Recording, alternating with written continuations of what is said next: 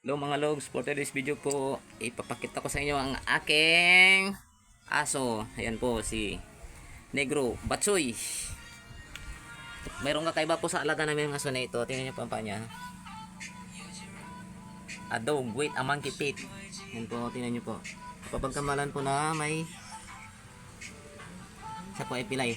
Kahit tingnan mo, kita niyo ha. Kakaiba po ang aso namin na ito.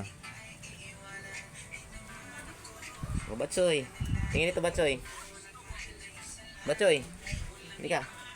Ayan, kahit paglakad nyo po, kakaiba. Oops. Ayan. Wag yan yung tali ng ano ko. Wag masira. Isa, bitawan mo yan. Kina. Yun. Yan, lang yung tali. Ayan, makikita nyo po yung paa nyo po. Yung sa likod, normal. Yung sa unahan, hindi. Kaya nga, tinaguri ang naman.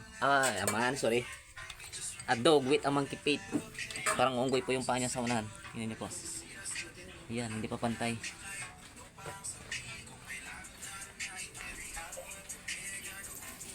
Upo ka dyan, upo. Yan, napaka-safe ng aso na ito. Tingin dito, tingin. Yan. Yan. Sige mga loves, hanggang dito lang muna yung video kay gutom na rin po. Tanghali na. Itrabaho pa po mamaya. God bless.